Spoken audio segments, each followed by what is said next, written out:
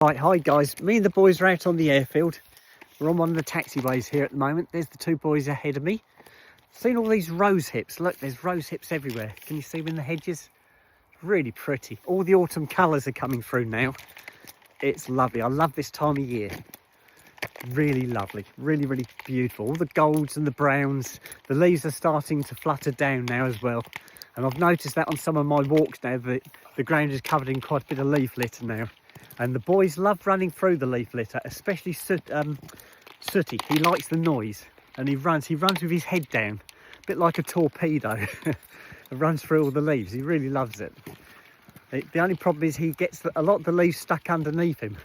Snoop's got the ground clearance, whereas Sooty hasn't, so he ends up gathering them up a bit like a snowplow. Go on then, off you go. Good boys. It's been a fabulous week. This last week has really gone quickly, which is great. Obviously that brings Skippy nearer to coming back. I have been messaging Skippy today. She phoned me up this morning to see if I was up, to which I wasn't. And so she said, okay, go back to sleep, I'll phone you up again later, which she did. And I was up then. So I did have a lay in. I set my alarm for 5 o'clock this morning. Then I hit the snooze button when it went off. Then I hit the snooze button again, and eventually I just turned the alarm off, went back to sleep. And my intentions were to get up at 6 o'clock, but by the time I got up, it was probably more like 6:15. So I did have a bit of a lay-in, so that was lovely. It was a little bit of a late night last night because I was waiting up for Skippy to phone me, and she phoned me fairly late. But it doesn't matter. So the day's got off to a good start. I've got all my laundry is pretty well done. Just got the dog rugs and the bathroom rugs to do, and I've done everything. So that's good. I've really cracked on well today. Got my nails done, as you all know. Chuffed as nuts about my nails. So yes, can't praise them enough. They've done a fantastic job. Now, the last time they did my nails, I wasn't sure how long they were going to last, because my previous set of nails before that had just peeled off. And I thought, oh dear, well, maybe it's me. Maybe it's I'm doing something different. But the set of nails they've just replaced, they were fantastic. They hadn't chipped or scratched at all. So I've got my bright red, my blood red ones on today, which have got to last for 4 weeks. And yes, I'm going to see how long these last. But the depth of colour is phenomenal. An absolutely amazing shine to them. So yes, I'm really impressed. So like I said, I've rebooked for 4 weeks time to get them redone. Come on then, that will get us up to December, won't it? Oh my goodness me. So yes, I'm loving it, absolutely loving it. It's funny enough, I've got my nails booked in again the day I have to go for my next laser appointment as well. So it's going to be busiest day that day. That's a Saturday. So I've got my laser appointment first thing in the morning, and I've got my nails in the afternoon. So yeah, that's going to be a busy day. We've got a bit of a twist going here. There we go, run twisted. What else can I tell you guys? I did go into some charity shops when I was in Sudbury on my way out, but I didn't buy anything. I looked, but they haven't got a lot of dresses now. A lot of the dresses have now gone, and they've gone over to the winter stock. So it's coats, woolly pulleys, that sort of thing. And I like fairly skimpy, you know, I like my skimpy clothes. I've got lots of t-shirts and cardigans and woolly pulleys. So I've got the jeans on today, just to keep myself warm. I knew it wasn't going to be particularly hot today. I knew that we weren't going to get any sunshine, but it is nice, it is mild. Come on, Edge, come on, Edge, come. Good boy. Oh, this is a lovely walk. There was one car parked by the entrance to the airfield when I pulled up, so I'm half expecting to find somebody, but I haven't seen them yet, so I don't know where they've gone. I see these sunflowers I've got here. They've lost most of them have lost their colour now. These, I believe, are planted for the birds. So if you look in that field just behind me there, just there behind me, that's all full of sunflowers, but the yellow petals are gone now, and the heads are all drooping. So I think they're planted for things like the pheasants and things like that, for feed, for winter feed. Go on then, off you go, guys.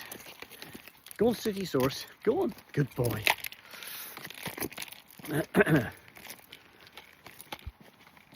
I'm walking into a little bit of a breeze here. You can see it's blowing my hair about a little bit. And it's very open. Airfields are always very open. You can almost guarantee they're going to be windy. I'm pleased I didn't come here last weekend. Do you remember how windy it was last weekend? Oh my gosh. I'd have got blown to bits.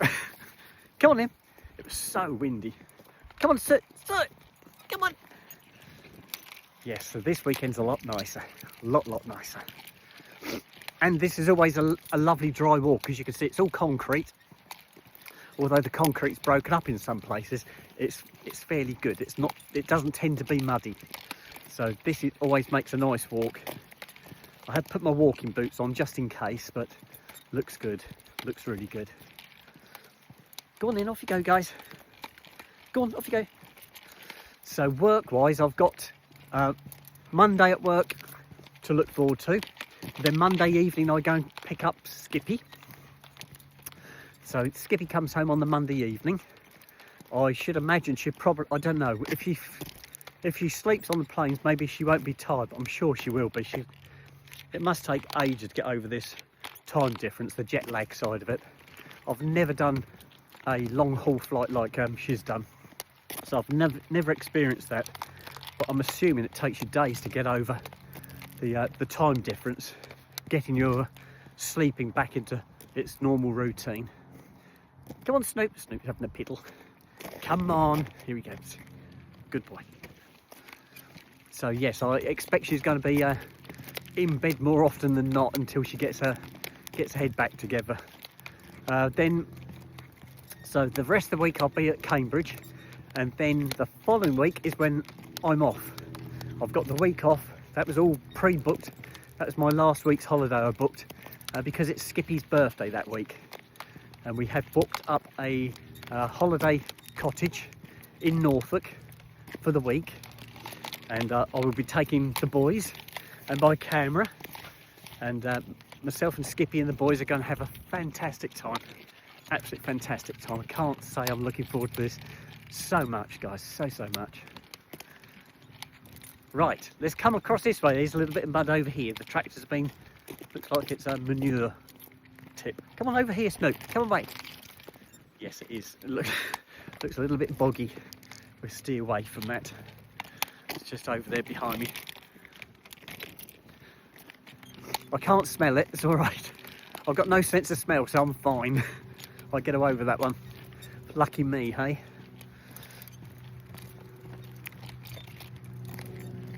I can hear a plane above me.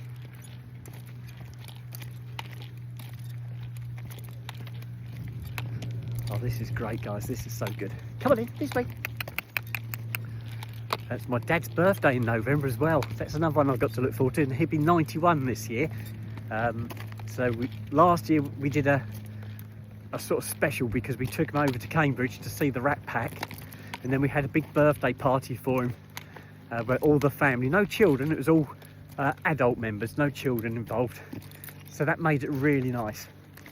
And we all turned up at my dad's 90th birthday party, and that was fantastic. And I think that's nearly a year ago. Goodness me, guys. Come on in, let's go. Now my dad is the same age as Elvis Presley. Elvis Presley was born the same year as my dad. And I always used to think about that, thinking, cool, my dad could have been like Elvis Presley, could have been a singer. I don't think so. But yeah, my dad and Elvis Presley were the same age. So had Elvis still been with us, he'd been looking at his 91st birthday this year.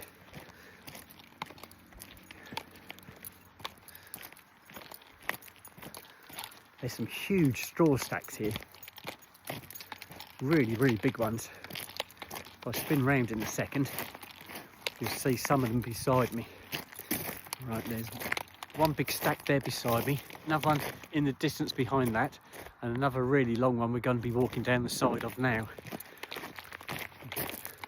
I hate to think how many straw bales there are in one of those stacks. We've got to be into the thousands. There's just so many of them. So many of them. If I can count across, 1, 2, 3, 4, 5, and now 1, 2, 3, 4, 5, 6, 7. 7 high by 5 across, 7 by 35, and then I'm not going to count the length of it, guys. It's just an incredible length. So it's 35 each section, going all the way up there, look, right up the side of this taxiway. And they've put it onto the field. I would have thought they'd have put the bales onto the taxiway rather than having them stand on dirt, because surely the bottom bales must rot being sat on the dirt like that, but that's what they always seem to do. They're all covered up, they've all got like a tarpaulin roof on them. These ones have got like a green tarpaulin roof over the top to keep the water out of the stack. So I suppose the edge bales are probably sacrificial, so they're not too worried about the edge bales. It's the ones in the middle that are probably really good, and the ones on the bottom and the sort of outer edges are sacrificial. Maybe they destroy those ones. Ah.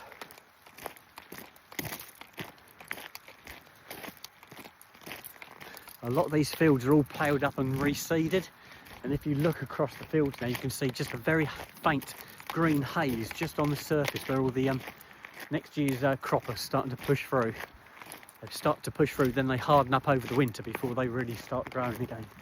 But there's a green haze right across the surface of this field.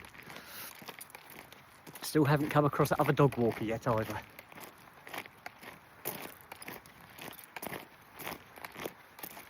Right, got a fair way to go yet. This is going to be about an hour and a half this walk, maybe 2. Oh, my hand's cramped up. Time now is 10 past 12. So it's going to be, by the time we get back, it's going to be lunchtime.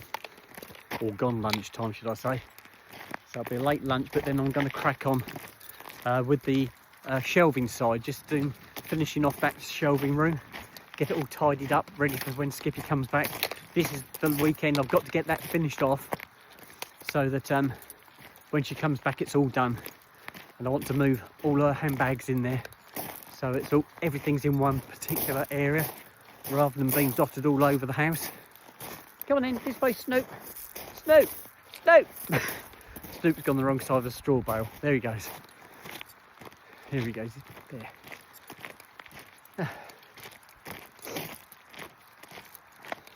I think they put these straw bales across the taxiway here, a bit like a slalom course. I think it's to stop the delivery lorries speeding down here. So they have to weave in and out of the bales. I suppose it's a fairly good idea.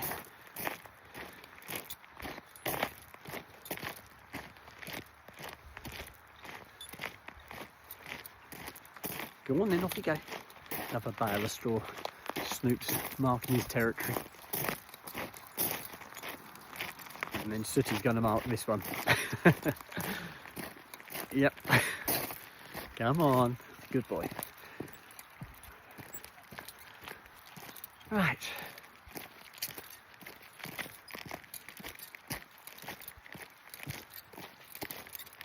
Can you hear the traffic? Can you hear that distant roar? That's the main road that goes between Sudbury and Bury St Edmunds. It's probably about half a mile across the fields, but you can hear the roar of the traffic, like the tyres on the road. You hear that? Hang on, guys. It's amazing how noise travels, isn't it?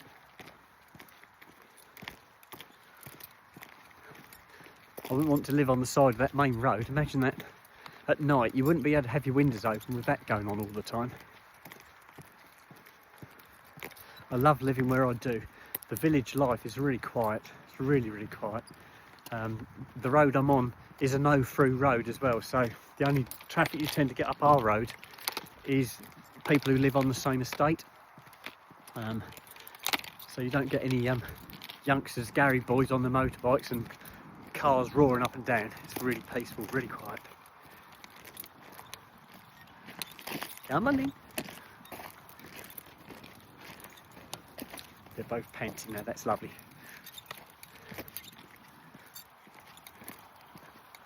Go on then, off you go.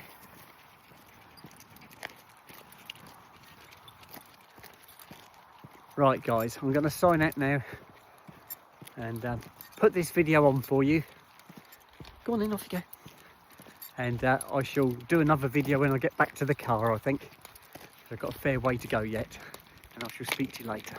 Okay, bye-bye.